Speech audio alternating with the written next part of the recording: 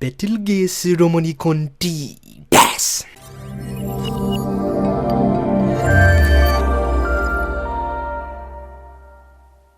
Betelgeuse. As a man who has made perfectly clear the dire need for the creation of the 10 Grand Fiend Lords, Betelgeuse Romanee-Conti has proven to be quite the formidable adversary in ReZero. Despite his crazed disposition, I mean, let's face it, the man is a raving lunatic. He's an absolute zealous madman who twisted up the bay in every which way and spawned a plethora of ridiculous memes from Betelgeuse to Twister, and it's insane. And ultimately, he's slaying countless individuals in service of this ordeal and to further his particular brand of love. With this video on ReZero, I'm going to be outlining my theory as to what I believe the method behind Betelgeuse's body transfer is, and the true nature of Betelgeuse himself. One thing I want to know before I get into this: number one, do not spoil anything. If you have read the web novels or light novels, do not refute or confirm these theories. The last 2 theory crafting videos I've made, people have been like, no, you're wrong, blah, blah, blah, blah, blah, telling me things that I have yet to come upon. This is an anime-only perspective. This is being made in between episodes 23 and 24. Even after 24, you know, and that's why I wanted to get this out. So this is not going to be as in-depth and as, you know, well put together as the past couple theory videos I've done on ReZero. I just need to get this out before episode 24 because it's based on, we have 2 episodes left. Either this is going to completely shatter these theories, or it's going to confirm them. Either way, I want to refine them. And this is just building upon the ideas that I outlined in the live reactions and the reviews for episode 22 and 23. I wanted to make it its own standalone thing and talk about Betelgeuse. So, next thing is that some things I'm going to say in here provide evidence for me personally that link to some of the thoughts I outlined in the Amelia's Secret video, the Amelia's Secret theory crafting video. So if you haven't seen that, that'll be linked in the description. Definitely go check that out. Some of the dialogue in episode 23, while I might be reading too much into it, may further that as well. But this video will not be analyzing Betelgeuse's character extremely in depth as far as his mentality, his persona, his endgame goals, or anything like that.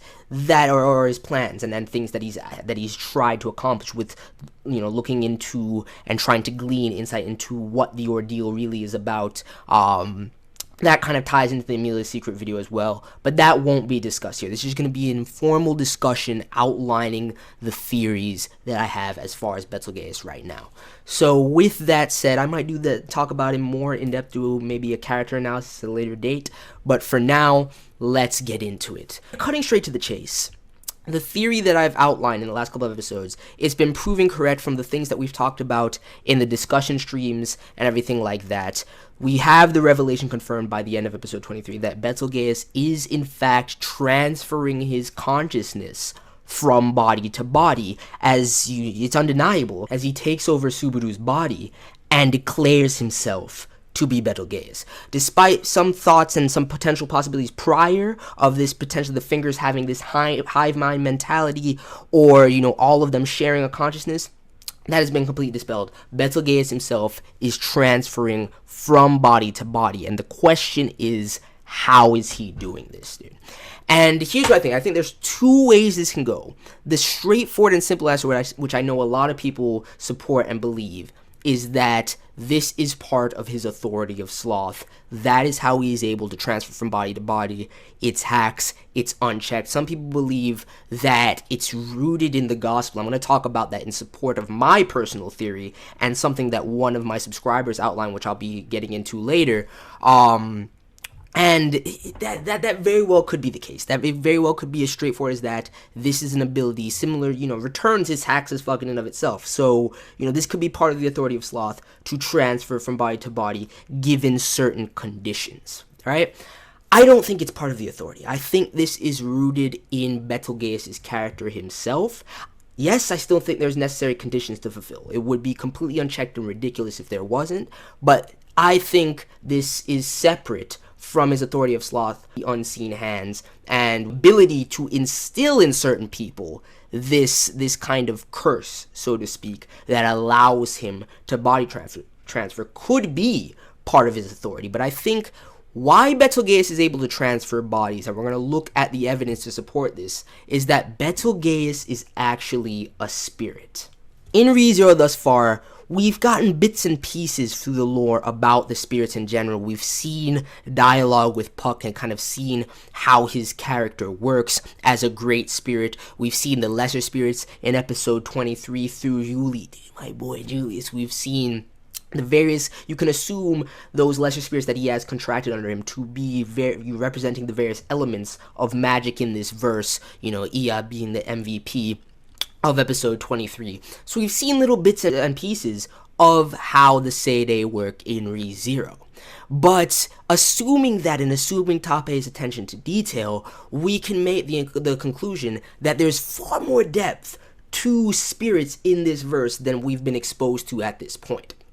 As there are lesser spirits, as there are greater spirits, there may very well be spirits that tread between that line and are actually, you know, more adept and maintain a consciousness than lesser spirits, but aren't of the same caliber as greater spirits. And this video is not for the purposes of outlining my thoughts on Seirei.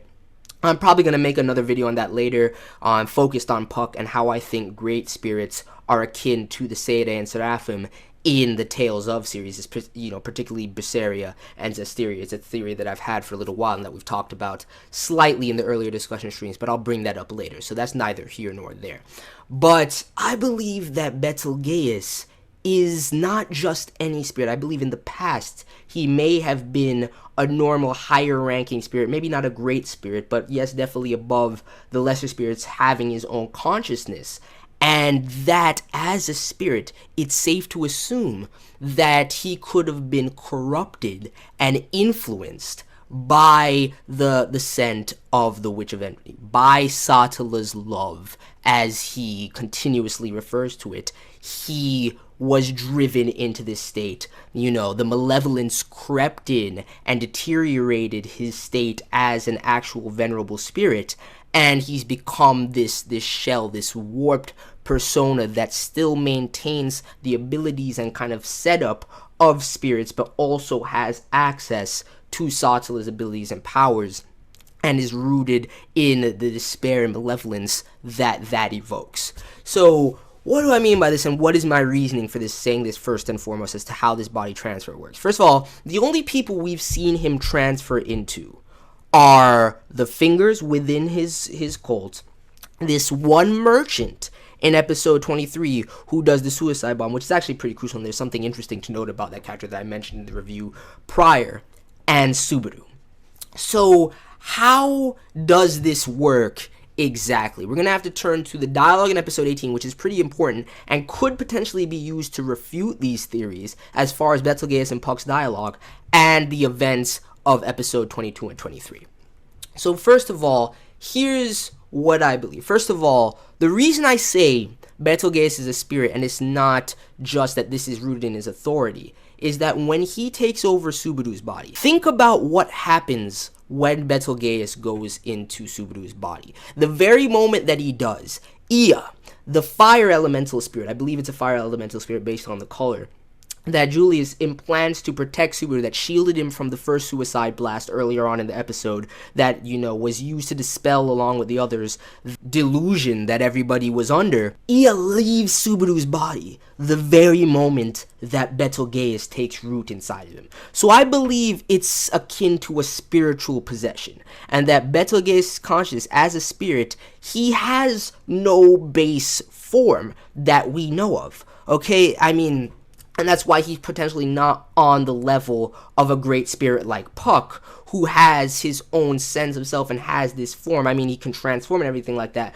but at the very least, that is unique to Puck, versus the lesser spirits, who are these balls and orbs of light that, you know, Iya can go inside Subaru's body, etc., etc. So I believe that Betelgeuse went into Subaru's body as a spirit that is rooted in the witch's malevolence, the witch's love. And I'm going to call this, for all intents and purposes, Amaju Seirei.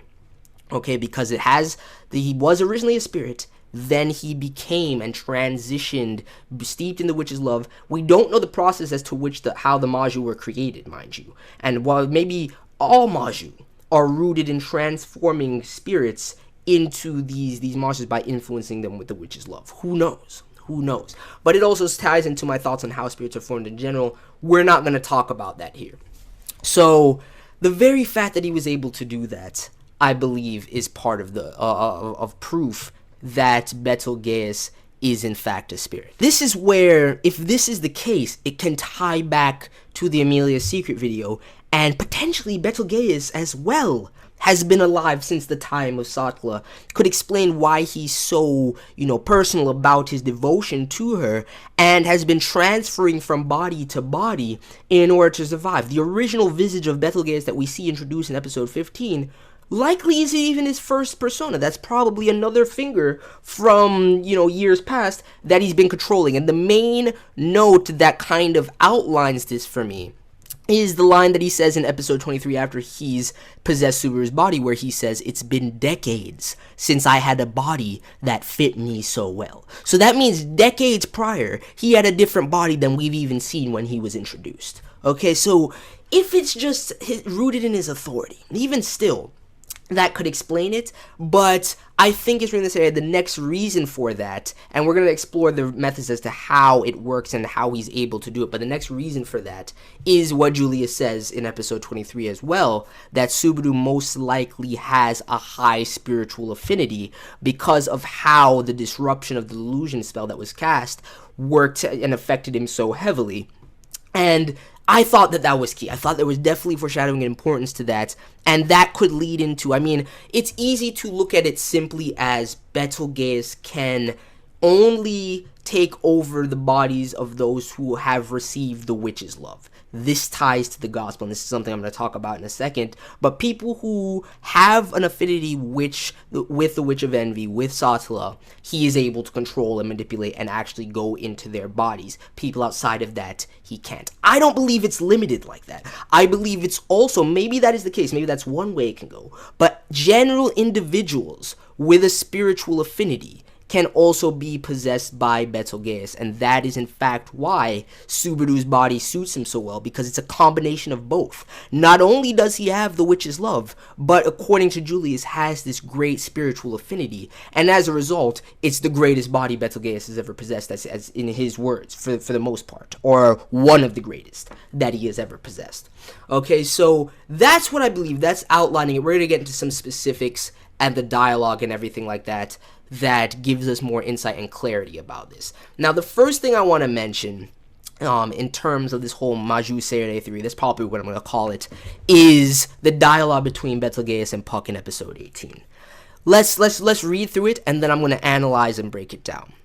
Betelgeuse says, after he fails to destroy Puck with the unseen hands, "A mere spirit, my faith, everything I've devoted my love to, at the hands of a mere spirit." Okay, let's stop there actually and break that down right now, because I know instantly some people are going to be like, so why, if he's a Seirei himself, would he be looking down on spirits and making this distinction of a mere spirit? I think the key, first of all, is the word mere, and the translation from the original Japanese to the translations that we get, are key in terms of this, and some things can deviate as a result, but let's just look at it from the perspective that I have. The word mere, to me, makes it seem, it doesn't automatically preclude Betelgeuse from being a spirit himself. To me, it says, you're nothing more than a common spirit. You have not received the witch's love. I have transcended. Because I have received the witch's love, I am a different entity now. I am above a mere spirit. And he goes on to say, my faith, everything I've devoted my love to, has been destroyed by a common spirit. Even though, yes, Puck is a great Seirei, Puck is far of a higher caliber than the lesser spirits that we've seen, to Betelgeuse, someone who is devout to the witch and who sees Seirei. And I think that it boils down to an idea of malevolence versus purity. The Seirei that we've seen up to this point are pure Seirei, and despite how I definitely have to make the Seirei video. I definitely have to make the spirit video focusing on that and talking about my various theories and thoughts about spirits in general, and from pulling from the lore that we've gotten thus far. But we're not going to get into that here. For all intents and purposes, for him, he has transcended past that existence of a Seirei, and the malevolence that he contains within him, if you want to call that, to him, he sees it as love, precludes him from interacting with them. He's disgusted by his former kind at this point, as he believes he's transcended. Puck goes on to say, a human who's only lived a few decades shouldn't talk to a spirit about time. Puck's dialogue is something I'm going to say for the spirit video because it's important, but something to note here is that Puck does not recognize Betelgeuse as a spirit. As a matter of fact, he believes Betelgeuse to be a human. That right there, I can't really 100% reconcile that. You might be able to use that to refute these theories 100%. But to me, I think that because it's something unbeknownst to him, and especially with Puck's understanding of the contract between spirit users, people like Amelia and Julius, and spirits, and the importance of that, which I'll get to in a second, into what that means, he doesn't recognize it. So that showcases that Betelgeuse's guise and form is something so abnormal, and then not really the norm. And that's the thing. If that were the case, and given Puck's knowledge, thinking about it now, the Maju, if they were formed like that, via Seirei, transformed, I think it would have a different connotation entirely. But I don't think this dialogue precludes the possibility of Betelgeuse being a Seirei. I think it just showcases that either his existence has transitioned so far from what a Seirei actually is, that Puck refuses to recognize it, or he can't tell. Either way, I don't think it stops this theory from having validity. Next, he says, time has nothing to do with the depth of one's faith. I wish you wouldn't liken me to a fool like you, a being that lives for eternity but wastes most of it in idleness. Now you're going to say again, how does this not preclude the theory if you're saying don't liken me to a fool like you, a being that lives for all eternity? Even in that line, son, he's saying, isn't he saying, I can't live for all eternity, I'm not a spirit, don't liken me to you? No. It's in the semantics. It's in the context. Alright? He says, don't liken me, to a fool like you, a being that lives for all eternity, but wastes most of it in idleness. What he's saying does not preclude him from being a being that lives via all eternity, from moving from body to body as a Seirei, nor is he saying don't liken me to a spirit, although his disgust and discrimination for the common spirit, having received Satella's love, could very well be the case.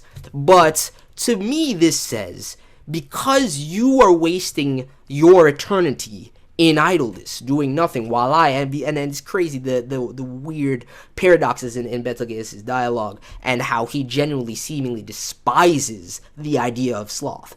But regardless, and I don't liken me to a fool like you who's wasting all of this time that you have when I'm working towards this ordeal. That's how I take that. And then Puck goes on to say, death isn't even a punishment. This is why I hate all of you. That again is something to say for the Puck and Seirei video. And then he says, the ordeal has been completed. Even if my body dies, and this is the key phrase that actually supports this theory, my wish will be called to the exalted witch's side. I shall receive her love. I look forward to our fun reunions. Seconds later, after the dialogue with Puck and Subaru, that is when seemingly Betelgeuse tried to take over his body. Mentioned early on in one of our earlier discussion streams, the episode 18 discussion, that as Betelgeuse began to take over Subaru's body, that he saw that scene while Puck was freezing him with the fiendish laughter, and Subaru said, I've heard this laugh before. The voice of a man I hated to death. And then he goes on to say, no, it's me. I hated myself in this series as we heard that laughter. Now look at this dialogue. Even if my body dies, my wish will be called to the exalted witch's side. I will receive her love being what's, consumed and transformed him into this existence and bestowed him with this authority. So the authority could be linked to it, and I'm going to explain how that works in a second. But the very line, I look forward to our fun reunion, to me says that it supports a theory that as a spirit he can transfer from body to body. I mean, at the very least, it just foreshadows the fact that he can in fact transfer from body to body at this point in the series at episode 18. But let's move on from that. And the first thing that I want to bring in is the gospel. In episode 22, Mimi says this: once a person gets the gospel, they are now a devout member of the cult. The gospel in and of itself could have a great deal of properties. I love the way it's reconciled in a theory that one of my subscribers, Matthew, has pointed out, which I'm going to bring that up on the screen at some point during this video, probably later on near the end, and let you look at that theory, because it has a lot of things in line with my thoughts, but at the same time, it's its own unique theory, and I want to give it some credence and some thought, and for people to see it and think about it, because I definitely think that's another possibility as well. But as far as the gospel is concerned, let's think about how this works with my thoughts about it.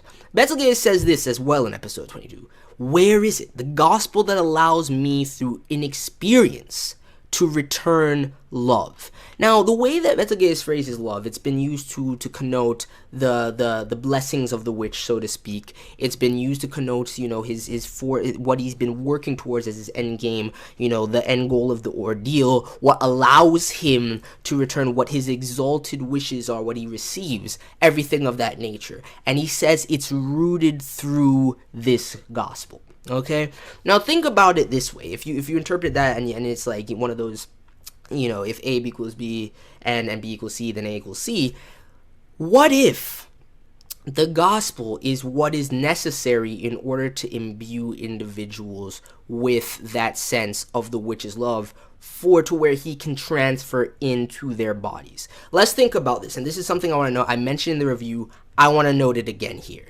So the individual that suicide bombed at the beginning, who came upon Felis and Subaru when they were in the cart and was like, you know, you guys can't be in here, none of this lovey-dovey shit, and Felis puts him out, and Felis says, this is one of the individuals of the witch's cult. Felis says, a weird spell is implanted within him, just like the fingers of the Sin Archbishops. And first of all, this to me can be used to kind of think about Betelgeuse's endgame as well, because if you go to episode 14 and look at the scenes, the little montage right before Subaru meets Otto, you will see, and this is something that Mitro pointed out to me, and I went back and saw it, and I was like, yo, you will see that this same individual is the one that pointed Subaru towards Otto and told him that he can guide him to where he needs to go.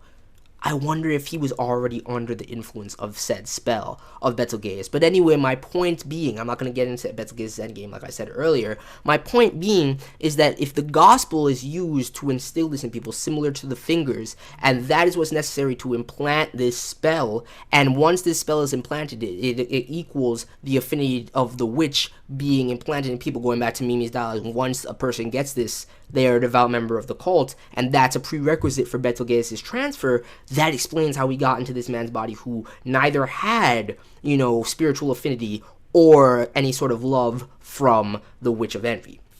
So I found that very interesting as well, and that could be the method which this thing takes place. Overall, my point is that both spiritual affinity and a link to the witch's cult is necessary for Betelgeuse to take a body. It makes me wonder, you know, though, if it's not mutually exclusive, could he take over Seirei users like, let's say, Julius? If I were to say Amelia, that opens up a whole other can of worms as far as the Amelia secret theory and what my thoughts on Amelia are. But is that possible as well? Those are just questions that come to mind thinking about this theory.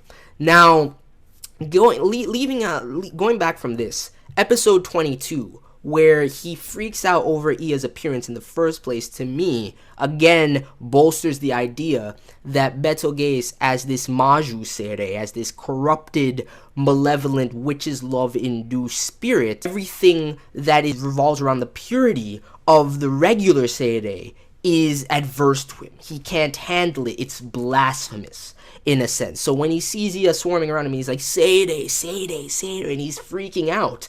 It's because, one, it most likely reminds him of his past. Maybe Betelgeuse was a genuine spirit, maybe even similar to Puck, if not on the same caliber, but who was kind and endearing as the spirits seem to be in general, and was driven to this point, into this depravity, into the state of madness and insanity because of the influence of the witch's love, potentially the gospel, potentially meeting Satella in the past herself. Who knows? Either way, I believe that to be the case. I believe that's why he looks down on Sarah to that extent, why he has this reaction, and why he's able to transfer from body to body, the spiritual affinity most likely being key, as well as the affiliation with the witch's cult. I don't think the witch's cult affiliation is necessary for him to take a body, but I think when he does take a body of that nature, it bolsters the effects and efficacy, and maybe if he took a body that didn't have that affiliation, he wouldn't be able to use his authority, for example. So I think that in the fingers, having instilled, as Fellis said, this kind of spell that was implanted in this man, just like the fingers of the Archbishop, I believe that he uses that to instill this portion of it in them to make the body more effective for him to take over. But a spiritual affinity in general is something that bolsters it as well. So it's an either-or kind of thing. Both is ideal, and that's why Subaru's body is as incredible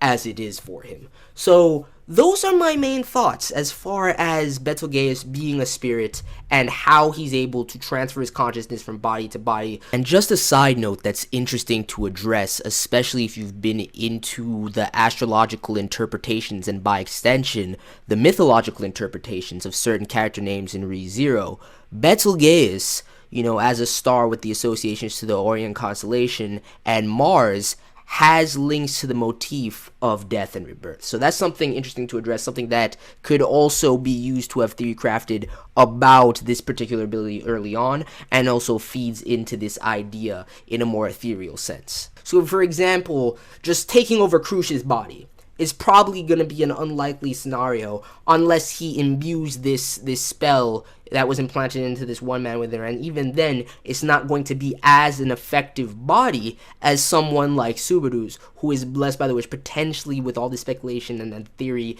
that I threw out there randomly a while back, kind of pseudo being given credence of him being pride and that, and returns by death being an authority.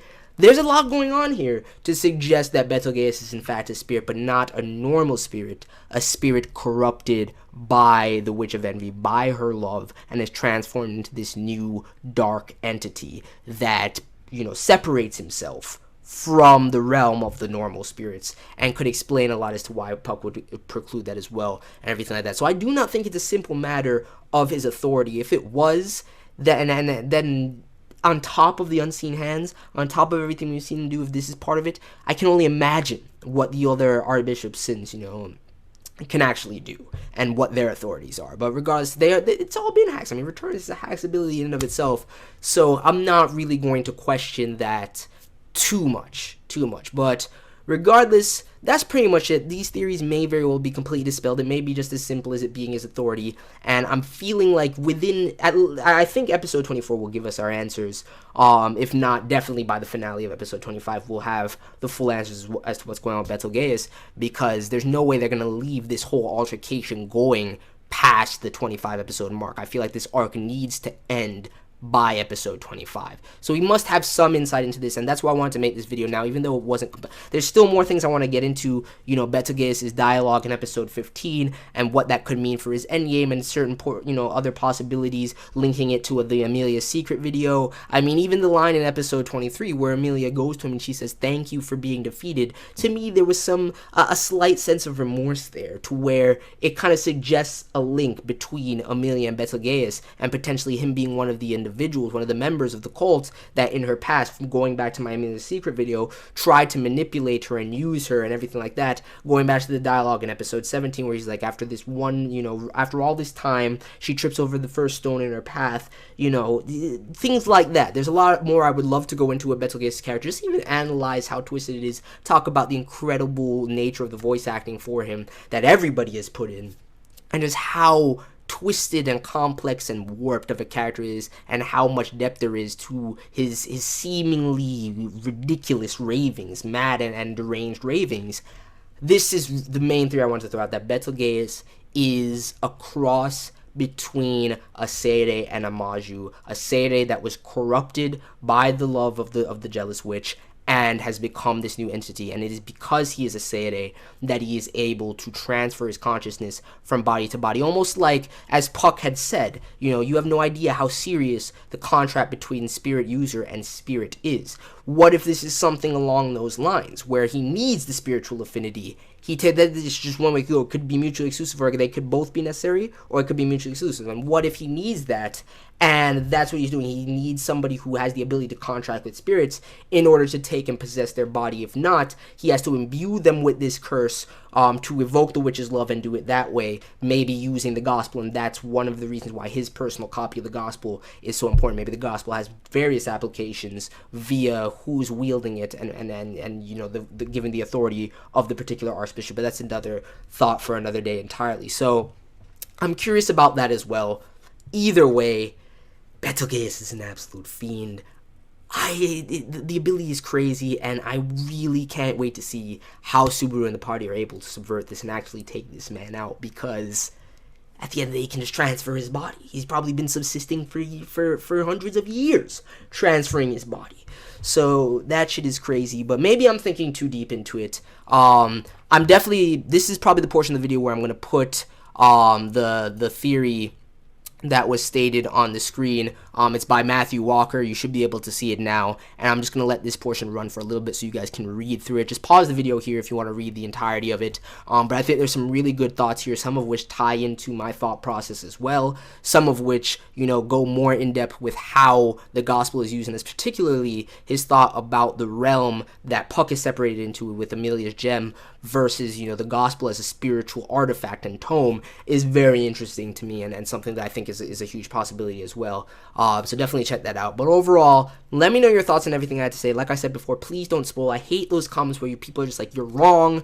If you're gonna say I'm wrong, just don't tell me. If you're saying I'm wrong from the perspective of, oh, you're wrong, I've read the web novel, I've read the light novel, here's what actually is happening, why are you gonna fucking do that to me? I've actually gotten multiple comments like that I don't even read. I just straight up delete them and end up blocking people for that. I've tried to be more liberal and let them stay, but I just delete the comment because it's ridiculous. Why are you going to spoil me on things that I don't know? If I'm wrong, it's a theory video. The point is not to be right. The point is to throw out possibilities. Maybe I'm right. Maybe I'm wrong. People still don't seem to understand that. But if you disagree with the theories, definitely throw out your ideas out there. Throw out your theories. Maybe I'm overthinking it. Maybe you think it's the authority. Maybe you have another idea entirely that I haven't considered. So I definitely want to hear all of that. Please smash that like button if you enjoyed this video at all. Share it with anybody you know who's interested in ReZero. And I just want to have a good discussion about it going into the final 2 episodes of ReZero, which are going to be absolutely insane. Subscribe for more ReZero content, and I will see you guys in the next video. I have a couple more great ReZero side topic videos planned. 2 more theory videos. I know I promised I would get 2 ReZero side videos out during this week. The other one's just not done yet, and I apologize. I had to get this one out, and I had to give this priority. This superseded the 2 I originally had planned because it's been something I've been thinking about all week since I made the review, and initially came up with some of these thoughts and heard the discussion in the comments and in the LR that we did. But they are still coming. One of them is going to be incredibly fun, and I think a lot of people are going to enjoy it, and hopefully I'm going to be able to get that out this week. So I apologize for not getting 2 out, but at the very least, I hope you enjoyed this. Like I said, hit that like button if you enjoyed, subscribe for more ReZero content, and I will see you guys in the next live reaction, in the reviews, and in the future videos. I'm out. Peace.